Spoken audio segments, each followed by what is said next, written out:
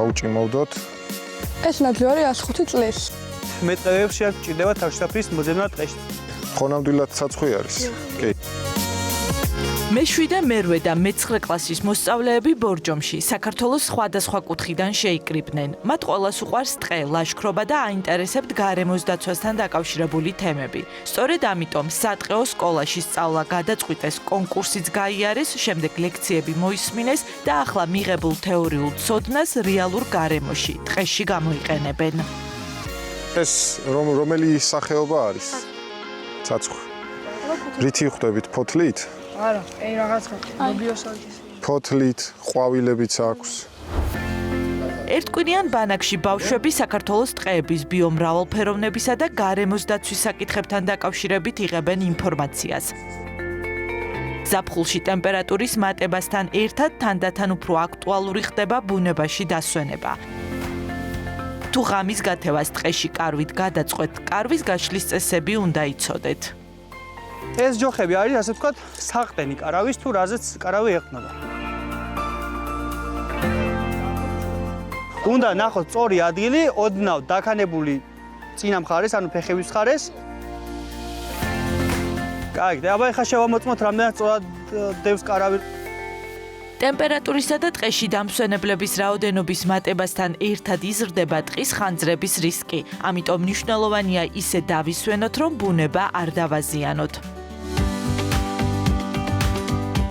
ცეცხლის თანთება ხეებთან ახლოს არ შეიძლება, რადგან შეიძლება რომელიმე ხის ტოტს გაეკიდოს, რამაც გამოიწვიოს ტყის ხანძარი. აუცილებელია შევქმნათ ცეცხლის დაზანთებად ხელსაყრელი პირობები. აი მაგალითად, ეხლა ეს არის ძალიან კარგი ადგილი, სადაც შეგვიძლია დავანთოთ ცეცხლი. უნდა მოვალაგოთ აქ ქვები, ოღონდ ეს არ უნდა იყოს სველი ქვები, რადგან სველი ქვების დადების შემთხვევაში ცეცხლი, როდესაც დავანთებთ, სველი ქვები გასკდება.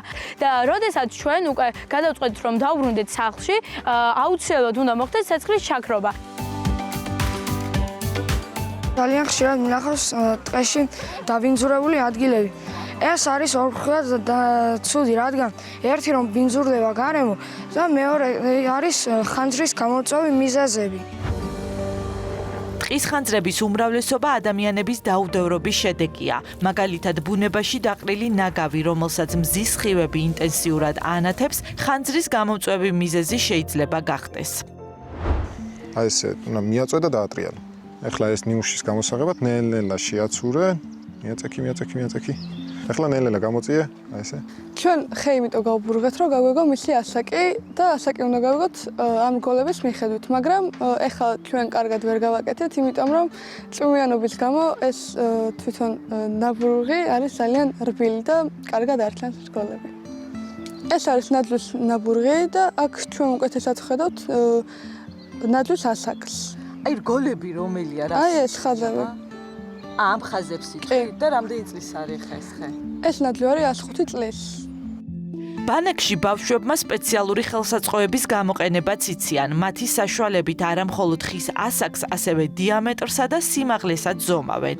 აი მოწყობილობის საშუალებით შევეცდებით გავზომოთ ხის სიმაღლე, უნდა ვხედავდეთ ხის მიმართულებით მეორე მოწყობილობას, აწიე ახლა ზევით, წვეროსკენ. სანამ ხმას არ გაიგებ, თითი არ აუშოხო იმას.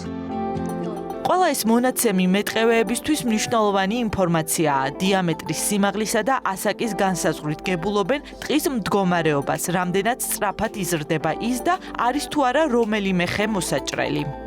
სატყეო სკოლა გარემოს დაცვით ინფორმაციისა და განათლების ცენტრის მნიშვნელოვანი ახალგაზრდული პროექტი არის, რომელიც უკვე 5 წლის განმავლობაში მიმდინარეობს ჩვენი ცენტრის ფარგლებში. გარემოს დაცვითი პასუხისგებლობის გამომუშავება სწორედაც რომ ახალგაზრდული და ადრეული ასაკიდანვე იწყება, ძალიან მნიშვნელოვანი არის გრძელვადი ამ პერსპექტივაში, რომ ახალგაზრდებს ჩამოუყალიბდეთ ცნობიერება ჩვენი ტყის მნიშვნელობასთან დაკავშირებით, თუ რა რიგ მნიშვნელოვანი არის ზოგადად სატყეო სისტემა კლიმატის ცვლილებებთან დაკავშირებით და რაც ძალიან მნიშვნელოვანი არის მათი მომავალი პროფესიის განსაზღვრისათვის.